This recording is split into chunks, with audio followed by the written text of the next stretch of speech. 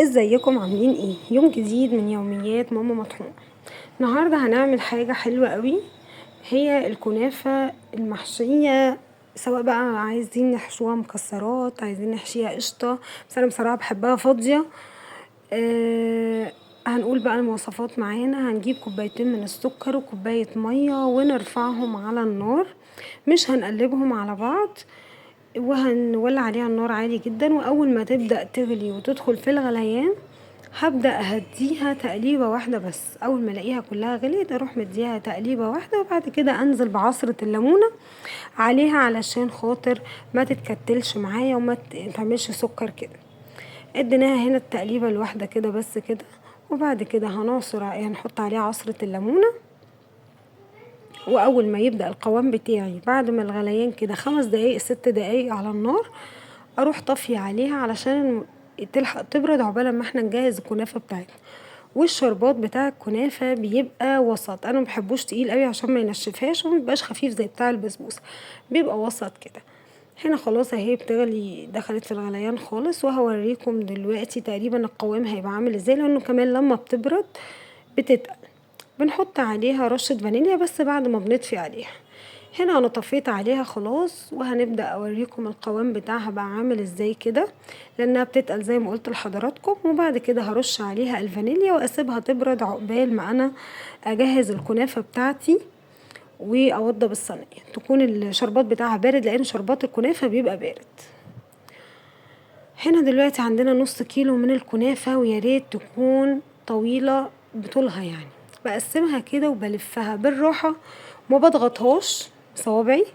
وممكن هنا بقى احشيها مكسرات زي ما قلت لحضراتكم، او قشطة زي ما الناس يعني كل واحد بيحبها ازاي، او سوداني، اللي كل يعني اللي بيحب حاجة يقدر يحشيها زي ما هي. بس انا بحبها فاضية بصراحة، بتبقى طعمها جميل وهشة وما فيهاش اي حاجة. هنا خلصنا الكمية كلها، وهبدأ بقى هنا طبعا انا مولعة الفرن على درجة حرارة 180 ومسخناه. بجيب نص كوباية من السمنة بسيحها، وببدأ اعمل بالمعلقة لكل كنافية، بحط عليها معلقة من لنص معلقة، معلقة الا ربع كده سمنة، بسقيها بالسمنة يعني. هي فعلا بتاخد سمنة كتيرة بصراحة. هنا بنبدأ بقى ننزل عليها كل كنافية كده، بنسقيها بالسمنة كويس جدا عشان تبقى اتشربت من السمنة بتاعتها، ودي بتفرق جدا في الطعم وفي القوام بتاعها، وبيبقى طعمها تحفة بصراحة. هبدأ اخلص بقى الكمية كلها بتاعة الكنافة، اتأكد تماما ان كلها اتشربت بالسمنة كويس جدا. وطبعا زي ما قلت لكم احنا مسخنين الفرن عقبال ما احنا بنعمل الحاجات دي كلها، علشان خاطر ندخلها في الرف اللي في النص عشان تبدأ تتحمر. هنا انا خلصت الكمية كلها وسقيتها كلها بالسمنة، وهبدأ بقى ادخلها الفرن، وهي ما بتاخدش وقت. واول حتى ما بنلاقيها اتحمرت خلاص كده من الجناب، بنفتح عليها الشواية وبتدينا اللون اللي انتوا هتشوفوه دلوقتي.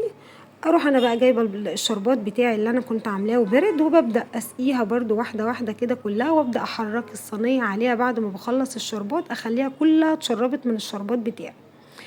هو النص كيلو عليه كوبايتين الشربات اللي هو السكر يعني، ده بيبقى مظبوط جدا عليها. السكر مبيبقاش كتير ليها ولا اي حاجه، بيبقى مظبوط بالظبط، وهي بتتشرب بيه وبتبقى طعمها في منتهى الجمال بصراحه. هبدأ كده خلاص سقينا الكنافة كويس جدا بالشربات، وده هيبقى الشكل النهائي. وبألف هنا وشفا، وأشوفكم في يوم جديد من يوميات ماما مطحونة. لايك وشير وسبسكرايب. باي باي.